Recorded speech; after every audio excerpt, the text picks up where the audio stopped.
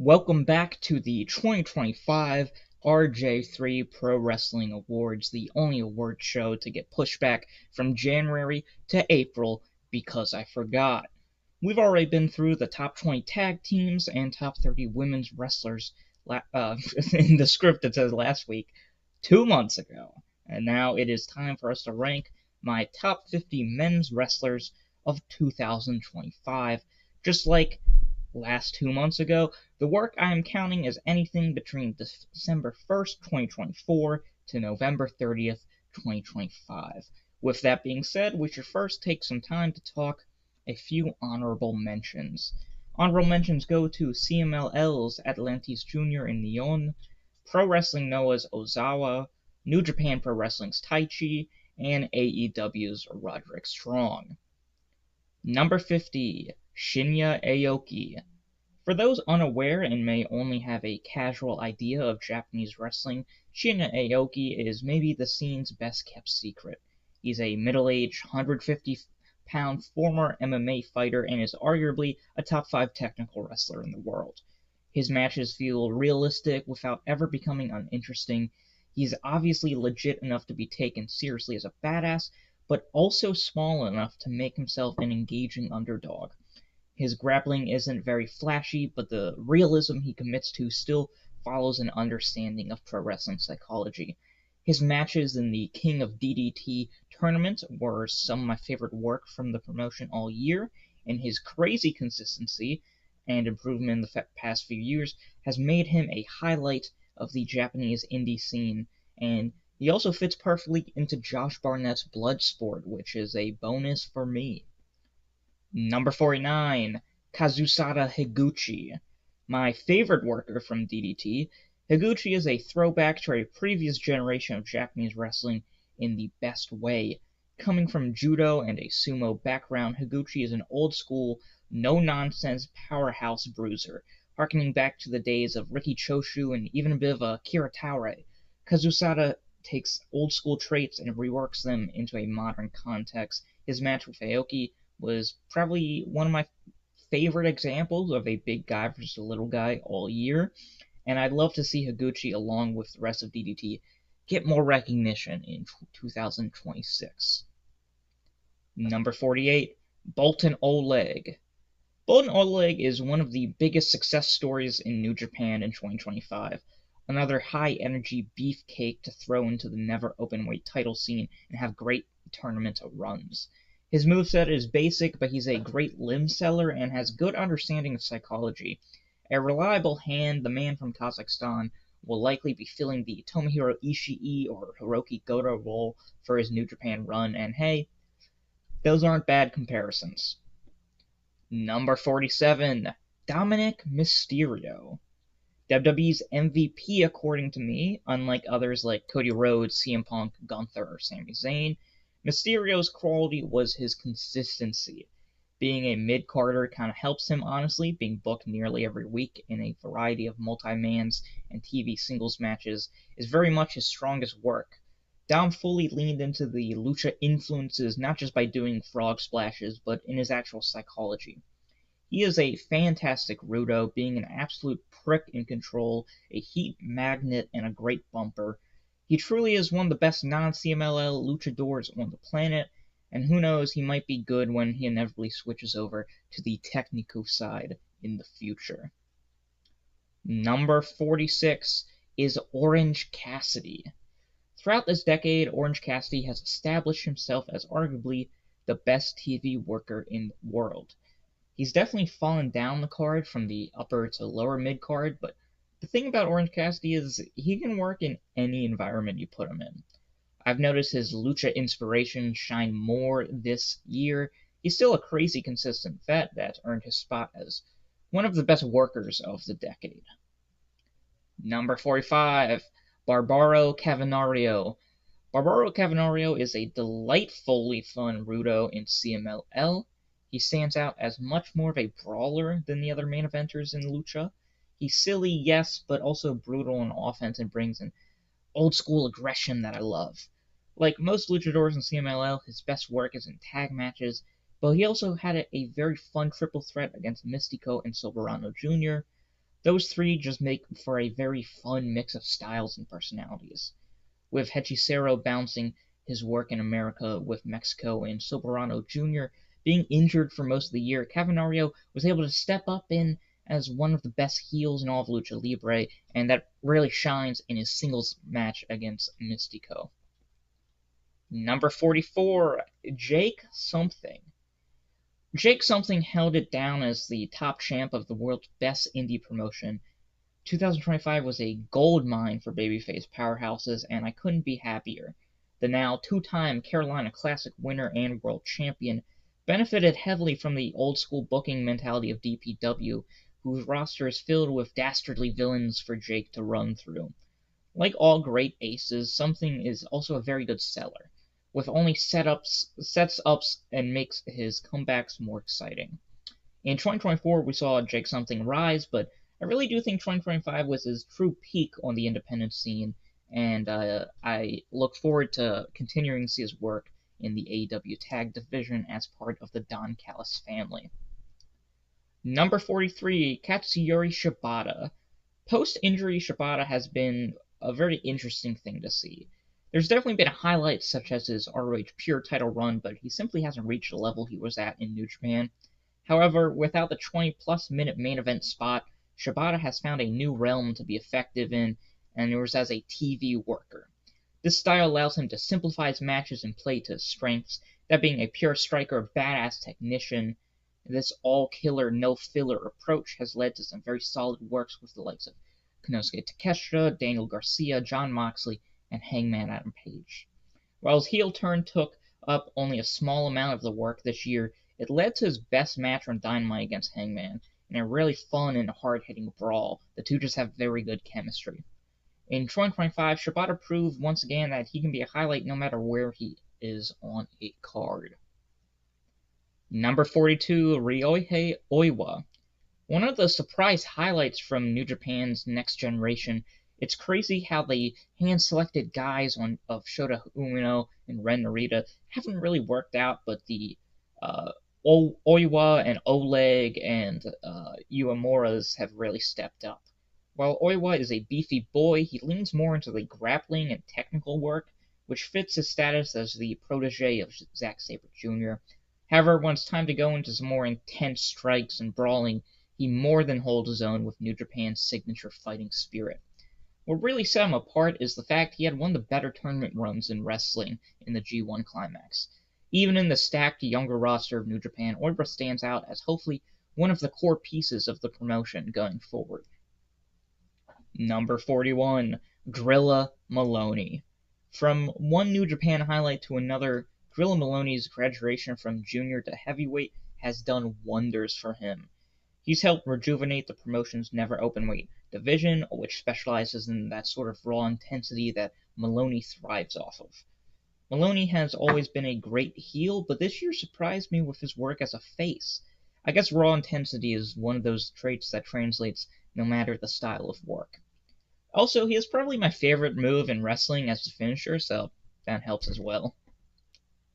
Number 40, El Desperado. El Desperado is one of the more confusing wrestlers in the world when trying to define his place in 2025. I think New Japan considers him the ace of their junior division, but they don't really book him like one. He was one of the only highlights in the Best of Super Junior tournament, having matches of the night against the likes of Kevin Knight, Robbie Eagles, and Taiji Ishimori. However, it definitely feels like he's outgrown his spot and should move up to the heavyweight scene. What's more strange about Desperado is he's one of the best deathmatch workers in the world, having his best work be against Jun Kasai in his own self-produced shows. But New Japan doesn't do deathmatch wrestling very often, so he's kind of stuck in a weird limbo place, which leaves him at number 40 on my list. Number 39, Hiroshi Tanahashi. The last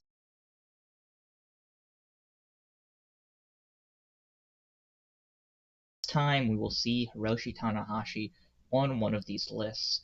The man has no working knees, a bad back, a bad shoulder, but he pulled through for one last year of pure heart.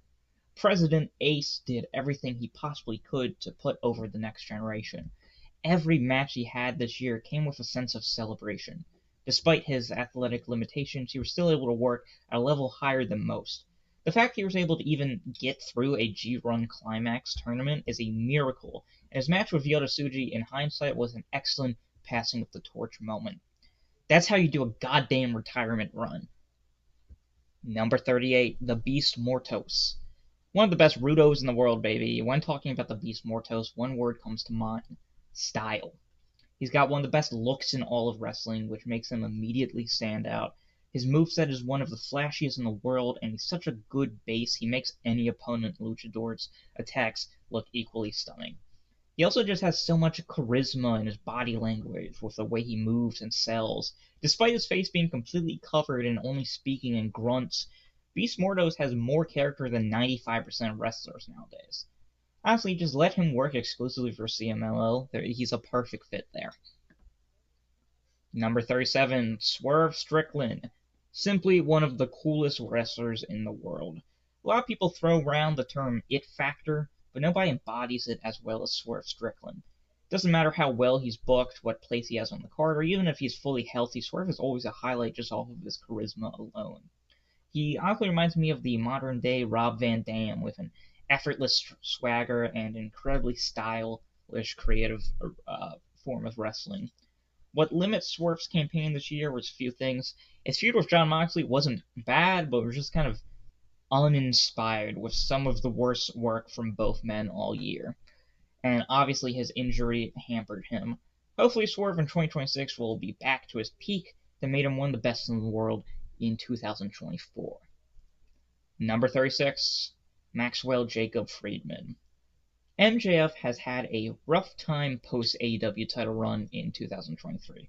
There certainly have been highlights, but perception has taken a hit on a guy people couldn't shut up about as the future of wrestling. Stop-start booking aside, MJF has had honestly one of his best in-ring years so far in 2025. He's in many ways abandoned the gimmicks of the past that have held him back and instead has focused on his strengths of being this generation's Ric Flair. One of the biggest dicks you'll ever find when in control, but when it's time for karma to set in, Maxwell will bump like crazy for his opponents. It's not reinventing the wheel, it's a classic philosophy of pro wrestling that is universal. It helps that MJF got to work feuds with two of the most over baby faces in the entire world, with Mystico and Hangman Adam Page. But he more than held his own as the villain in other people's stories. Number 35, Yuya Uemura. My personal favorite pick for the role of future ace in New Japan is Yuya Uemura. He is the perfect template for the Japanese face. New Japan's push Yuya as someone who has mastered the basics of wrestling, trading in flashy movesets for crisp, clean technical work. While at face value this could be seen as bland or boring, the earnest performance from Yuya carries him. Despite his young age, he's already a master of psychology, whether it be his match structure or selling. Yuya always knows how to piece together a great match. His basic style and perfect execution makes him able to adapt to literally any opponent on New Japan roster. This ability to work with anyone made him my MVP for the G1 Climax, and which also makes Yuya Uemura the best tournament wrestler of 2025. Number 34, Josh Alexander. One of the more underlooked additions to any roster is his signing to AEW. While Josh Alexander wasn't a main event player like he was in TNA, he's still been one of the more underrated parts of AEW television. Whether it's his debut against Hangman or the constant tag and multi-man action as part of the Don Callis family, Josh Alexander always delivers. I really enjoyed his previous years as a babyface, but honestly, Josh just works better as a heel. And if the walking weapon is in your mid-card, that's how you know you have a strong roster. Number 33, Calvin Tankman. Come with me. Hail Mary, run Crixie. The Mount Rushmore of DPW cannot be constructed without Calvin Tankman. Well, while we're at it, I guess we should throw in Javon Evans, Jake Something, and Adam Priest. There you go. That's the DPW Mount Rushmore. He's a goddamn beast. What more is there to say? There's definitely more in the mid-card this year compared to previous years with him on top. I don't have a lot to say about him, honestly. Tankman is a man that is almost immediately compelling to watch. I hope he lands somewhere nice after DPW's closure. He is maybe the best indie worker on the planet right now. Number 32, Kyle O'Reilly. I love me some Kyle O'Reilly. He's kind of has everything you want in a wrestler. His striking is great, his mat wrestling is superb, his selling is top notch. He's been one of the best tag wrestlers in the world for nearly 2 decades, but he also has a good amount of singles work this year. The biggest highlight was the trio of matches against Jon Moxley that showed how simple wrestling can be if you use it to tell a story. Also, the shot of Kyle flipping off Mox, covered in blood and being choked out alone, has added more to the art of pro wrestling than entire careers have. Number 31, Wheeler Yuta. More people need to recognize how good Wheeler Yuta is. He's such a little shit, one of the best chicken shit heels in all of wrestling. He's still a great technical wrestler when he needs to be, and can more than hold his own anytime he has a big one-on-one match. His highlights as a character come from his tag work, where he is a heat magnet. Watching him get his ass handed to him is a treat, and he always knows when to tag out and run away to maximize himself. He may be the little brother of the Death Riders, but he's still one of the best in the world. Number 30, Tomohiro Ishii. The man doesn't age. The raw testosterone-filled work of Tomohiro Ishii has not slowed down despite the man being 50. He's basically the world's greatest enhancement talent. He's the iron that sharpens the rest of New Japan's roster. Whether it's Gabe Kidd, Konosuke Takeshita, or Drilla Maloney, if you give him a stiff worker, he will drag them to a 4-star match like a factory assembly. Do you guys realize how old 50 is? He's older than John Cena and Hiroshi Tanahashi, and still moves 10 times better than them. All I'm saying is that if Goto can get a world title run, why not Ishii? Number 29, LeBron Cozone. A veteran of the independent scene, DPW set up LeBron as one of their future stars since its beginning. He spent the promotion's history slowly rising from mid-card to main event scene, and 2025 was his peak. He began the year by winning the national title in a match against Adam Priest that will go down as a true Carolina classic, and he just kept racking up the great performances for the entire year. He ran the gauntlet of the promotion's best, from Trevor Lee to Cedric Alexander to Calvin Tankman, before finally winning the big one against Jake Something. The definition of a workhorse, Cozone is East Coast wrestling. Number 28, Trevor Lee. The yin to Cozone's yang, Trevor Lee was probably the best acquisition DPW made in 2025. He's a top-level heel, always doing flashy moves, but with a vicious dickhead energy, making him one of my favorite pure heels all year. His partnership with Adam Priest was the most fun I had with the promotion, as the world's two most dastardly heels. He's a goddamn old school motherfucker, and if DPW didn't go on hiatus, he would 100% be a world champion. Number 27, Lee Moriarty. Taiga Style has been holding it down as the most consistent worker in Ring of Honor in 2025. He brings a swagger to his mat work that makes him more than just a good technical wrestler. He's currently still the ROH Pure Champion, and might be having my favorite run with that title ever. I mean, Nigel would have a case, but he's able to bend the rules just enough to do effective heel work without taking away focus from the actual in-ring wrestling. However, Moriarty knows exactly who to turn the arrogance up against, especially in his rivalry with Nigel McGuinness. While contemporaries like Daniel Garcia and Wheeler Yuta have gotten a bigger stage, the brightest lights, Lee Moriarty continues to shine as a world-class worker. Please give him a best of the Super Junior run in New Japan, because that would be real graps. Number 26, Kazuchika Okada. A tale of two halves for the Rainmaker in 2025. Really wasn't feeling Okada's work for a good chunk of the year. More so than ever, it felt like he was relying on gimmicks, and his matches just felt slow. This all changed when Kenny Omega stepped in and unlocked the Okada of the past. From All In onward, Okada became one of AEW's best big match players. whether it was the tag match with Takeshita versus Brodito, the three-way at All Out, or his work in the C2. Recently, Okada stepped up and has kind of perfected. Number 25, Yota Tsuji. New Japan's hand-selected ace seems to be Yota Tsuji, who has risen above his contemporaries. Is Tsuji the right choice? I don't know, I guess. Personally, I prefer Yuya, Ryohei, and even Bolin Ole, but Bolin Ole's not going to be a fucking ace of New Japan. Tsuji is a fine pick. I found he sometimes struggles in matches that have to go long, but he has plenty of bangers throughout his G1 run, has a super flashy moveset, lots of charisma, and great chemistry with most of the other top workers in New Japan. Also, he has the best spear in wrestling. Sorry, Roman. Number 24, Shingo Takagi. Shingo Takagi is New Japan's old reliable. His hard-hitting, never open-weight style is just always fun, and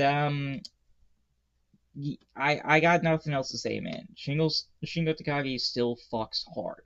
He's awesome. He's not as peak like in Dragon Gate in his early New Japan, but he's still Shingo Takagi. He's fucking awesome. This is a double entry coming up, number 23/number 22, Mike Bailey and Kevin Knight. Now, usually I don't count tag wrestlers for singles work. I just throw them into the tag team rankings, but Bailey and Kevin Knight had enough work as single stars to justify putting them both in here. They're the two best signings AEW made in 2025. While both the Jet Kevin Knight and Speedball Mike Bailey have spent most of their year on tag work, they have enough singles competition that's really fucking good. I still think Bailey is the better worker between the two, but Kevin Knight got more opportunities to shine all year and has much more of an upside. He's obviously a pick for the future of pro wrestling in AEW's eyes. Number 21, Ricochet. What a fucking dork. Ricochet has completely upped his game by changing his presentation to the world's most athletic clown. Ricochet stood out in every feud he was a part of, whether it was Swerve, Mark Briscoe, or the Hurt Syndicate. He simply put the perfect counter to the badass faces that make up AEW's roster. A true, just bastard man. You know that thing MJF would do back in the day where he would just be a dick on Twitter and get heel heat because of that? But then that's kind of fallen apart because in many ways MJF's mask has slipped, and once you show that you care, you can no longer be an internet troll. Ricochet has picked up the the slack and has become AEW's probably number one most hated heel worker. Number 20, David Finlay. The Brute Gaijin in many ways has been one of the pillars of Japanese wrestling since its inception, and David Finlay plays his role perfectly in 2025. Finlay was handed the keys to the Bullet Club, arguably New Japan's most recognizable brand in the West, but it's a double-edged sword. I don't envy someone who has to be compared to 2018 Kenny Omega or 2014 AJ Styles, but Finlay did a solid job carving out his own niche. Instead of trying to be the best wrestler on the roster every match, Finlay instead fully leans into the heel Gaijin style, still has the ability to go toe-to-toe with the more flashy workers, but focusing more on being an angry Irish bastard, a true villain, a brawler, and then eventually a tweener, is really David Finlay's niche. And yeah, I think he's great. Number 19, Kenny Omega. I don't know how the man does it. Kenny Omega had the best comeback feel-good story of the year. The man had like a foot of his intestines removed, nearly died on top of like a dozen other injuries that have plagued him this decade. His body is rotting on our TV every week, and yet he still has it. It was never the flashy high spots or brutal bumps that made Omega the best in the world, but instead a sort of intangible understanding of wrestling that few have. Omega's ability to always throw in these little details to elevate his matches. Honestly, Kenny Omega doesn't get enough credit for maybe being the smartest worker of his generation. Number 18, Hiroki Goto. After a pretty mundane Wrestle Kingdom, New Japan needed a spark to get the attention back on the promotion, and that came in the form of the Goto Revolution. After over 20 years of hard work and failure piled on top of failure, losing 8 world title matches, he finally gets the chance to win the big one in honor of his late father. Every big match Goto had this year had a feeling I can only describe as earnestness. Like Goto was not taking this run as a main eventer for granted. The run was relatively short, only a few months, but Goto stacked as many matches into it as he could, as though he was trying to make up for lost time. Trying to do a year's worth of legacy building in just 140 days. Goto was simply one of the most relatable performers in all of 2025, possibly the best story as well. Number 17, Daniel Garcia. Daniel Garcia had a very underrated year. It feels like it's split down the middle. His first couple months defending and then losing the TN title was an excellent example of great mid-card TV wrestling. AEW essentially became the Daniel Garcia show, as he just killed it as a likable, fiery underdog babyface. My favorite example that I have to talk about is the spot he does to beat the 10 count. You know, a babyface getting back into the ring at the last second is a tired spot, but Garcia does it by first grabbing onto the people in the front row's arms, as though their support and enthusiasm is powering him up like a pro wrestling spirit bomb. It's a fucking incredible little piece of crowd work and babyface wrestling. Garcia would seemingly kind of take a backseat as when he would join the Death Riders. He still has solid work, and he's a part of the best tag team in the world. You know, he's gonna be in a goddamn good match factory as long as he's teaming with Claudio and Moxley. But man, was that TNT title run special. Number 16, Adam Priest. It's a cliche to say a certain wrestler feels like they're from another time, but Adam Priest feels like the result of the some knowledge of all the great territory heels that came before him. The cowardice, the tight but never flashy technical work, the cheating, the cutoffs, the big sell at the peak of a match, where you think he will finally get his comeuppance before a belt shot or a low blow saves him.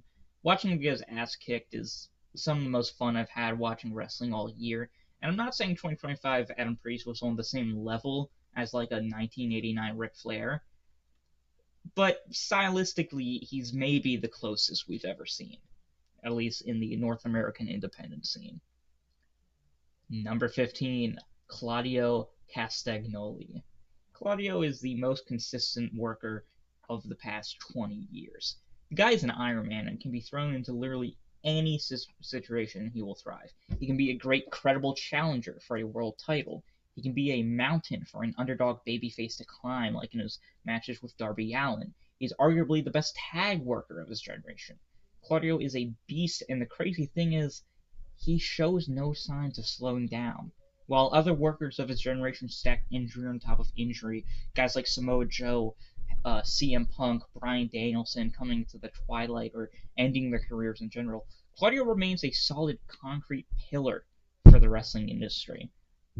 Number 14, Brody King. Honestly, copy and paste everything I said for Claudio over to Brody King except for the 20-year thing.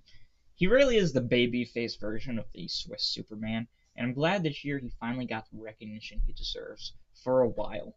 He bounces the line between making his opponents look strong while also maintaining his monster image. The tag run with Bandito was fun, and I can't wait to see what he does next as a single star. Also, fuck Ice. Number 13, Gabe Kidd. Gabe Kidd's wrestling style perfectly matches his personality. His work is rough around the edges, often leaning into a wrestling philosophy that's a little excessive, because subtlety is for bitches. But it's his raw energy that carries him.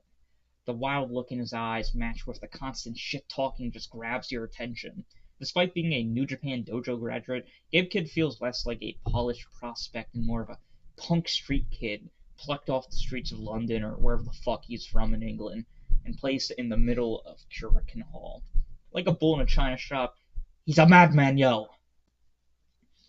Number 12, Darby Allin.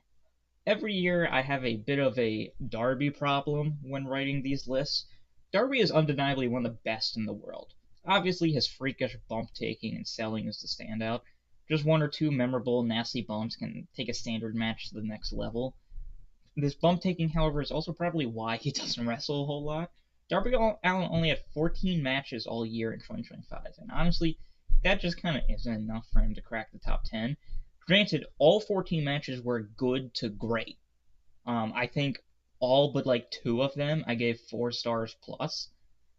He's still excellent, however. He's the best underdog worker in the world with his selling, and is also a really underrated technical mat wrestler. I really hope AEW finally just commits and puts the belt on him before he dies. So, get on that, Tony.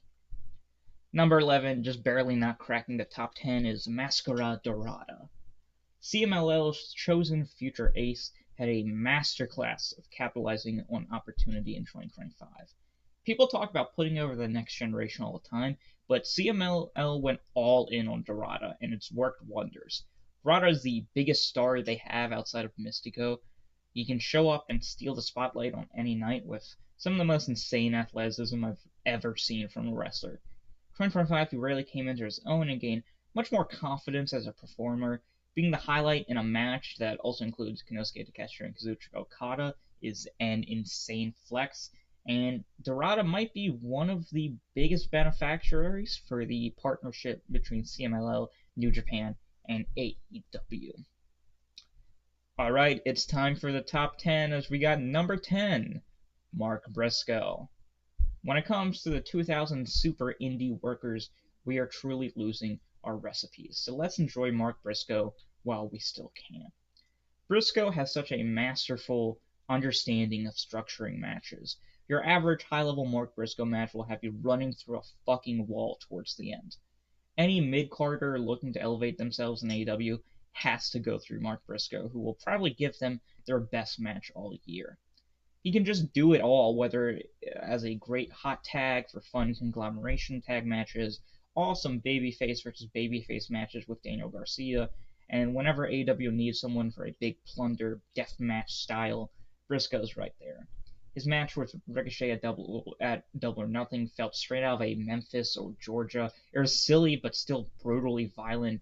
He's just an old school in the best ways possible, channeling the spirit of territory era faces to make any crowd go fucking insane. And now I need to see a death match, or at least a no holds barred, between Mark Briscoe and Adam Priest. Please book it, Tony. You got both of them on your books. Number 9, Will Ospreay.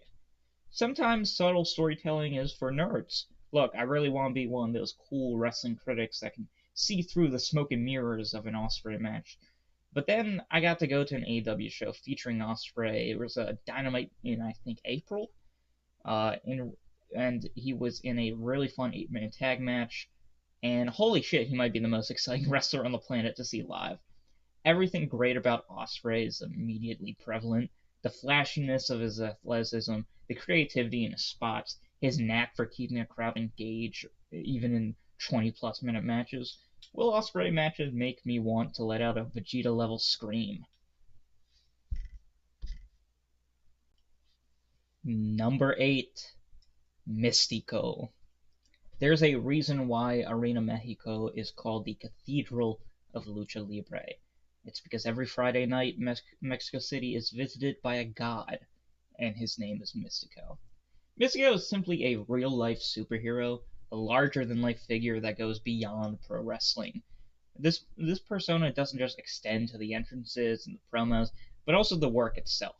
Is Mystico's work formulaic? Yes. Is it a formula that works every time? Also yes.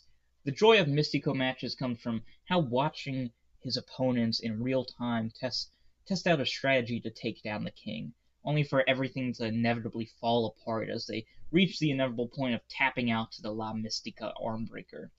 Facing Mystico will reveal your strengths and limitations as a wrestler. Your weaknesses, whether physically, stylistically, or character-wise, will be laid bare at the altar and be faced with a swift judgment. A true icon of the sport, I pity the fool who doesn't appreciate and keep up with Lucha Libre. Number 7, Kyle Fletcher. This generation's Randy Orton.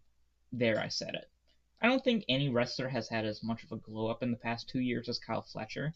Fletcher is like a perfect mix between the high-octane bomb fest that fits well in AEW, but has added this new side to him as a vicious, violent heel.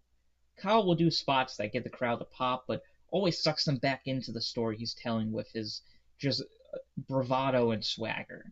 So many great little nuggets of storytelling and psychology, whether it's his tantrum at the end of the steel cage match with Ospreay, to just straight up stabbing a screwdriver into Dustin Rhodes' leg.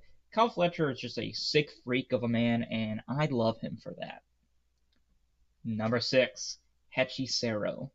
The Sorcerer of Wrestling became a force on the global stage in 2025. Hechicero has adapted to the American mainstream wrestling style while still holding it down as one of CMLL's best. The thing about Hechicero is that he literally fits into every match. His style is so unique, it stands out no matter what else is going on around him. The technical work is flashy and thought out enough to carry the opening stages. He has so much physical charisma to keep the audience engaged during the middle stages and the control segments where many wrestlers struggle. And in 2025, he's shown off his ability to throw bombs in the finishing stretch. He best showed this off in his match with Bandito in ROH. Speaking of Bandito, number 5, Bandito. Bandito was probably the best pure babyface in all of 2025. The best luchadors are masters of selling, which makes sense. Without access to facial expressions, you gotta really be mindful of your body when crafting a complete performance. Bandito is a master at this aspect of pro wrestling. I mean, I say aspect of pro wrestling, but really using your body to tell a story kinda is pro wrestling.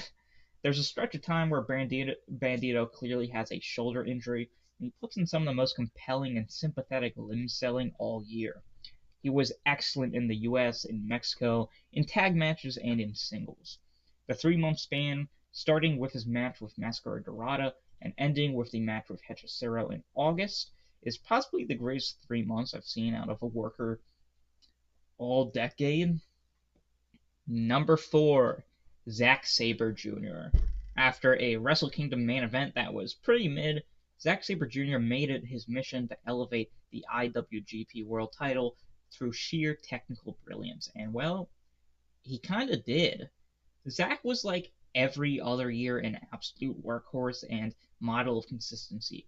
Great interpromotional matches with Hechicero and Ricochet, followed by a pair of Match of the Year contenders against Hiroki Goto, a dream match against Nigel McGuinness, a G1 Climax run that made Ren fucking Narita look like a future ace, and capping off the year with another great match, dropping the title to Takeshita. New Japan kind of lacked the main character all year. I mean, the title bounced from Zack to Goto, back to Zack to Takeshita. But Zack Sabre Jr. made sure that when he was around, the world title itself was the face of the promotion, which honestly made New Japan's booking much more compelling all year. Number 3, Hangman Adam Page. I mean, yeah, he's literally my favorite wrestler in the world right now. Character work is an odd thing to talk about in wrestling because so much of that we think of as character work comes from outside the ring, promos or booking or backstage segments or what have you. But some character workers have a hard time translating that characterization when the bell rings. Hangman does not have this problem. He's a guy so perfectly in tune with who he is as a performer. Everything he does it just makes sense. The wild brawling style is a perfect base to build on top of, depending on opponents. He produces some of the most physically intense matches I've seen all year. Both the Double or Nothing match and Texas Death Match with Mox will go down as all-time classics, and it's clear as long as Hangman wants to, he will continue to be one of the best wrestlers in the world. He is the fucking man. Number 2, Jon Moxley. Some people think the Death Riders are bad.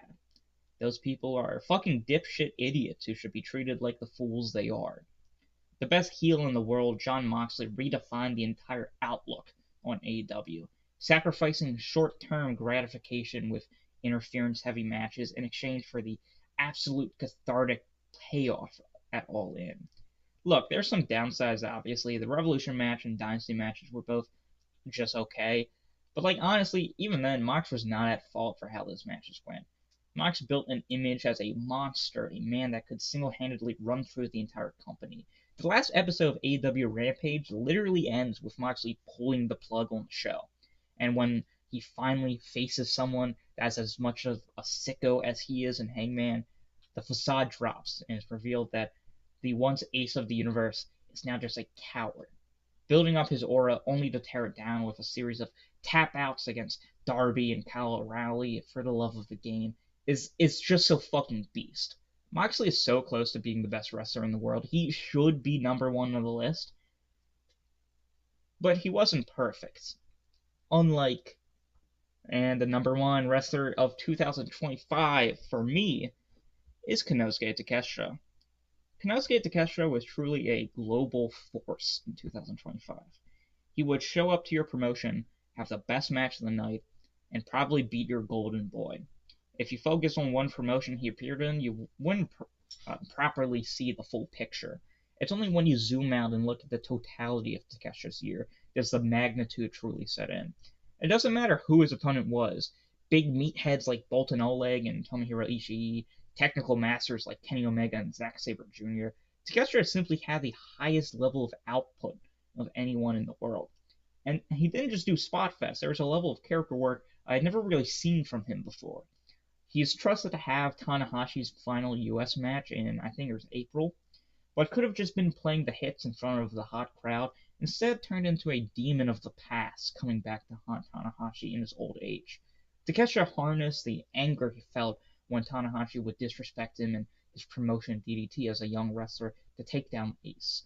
Then, later on in the year in the G1 Climax finals against Evil, Takeshita does a perfect job balancing the tricky situation of being the babyface while also being the outsider. So literally like 50% of the crowd booing against him.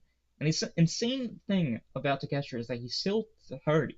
He's 30. He still has like most of his peak left.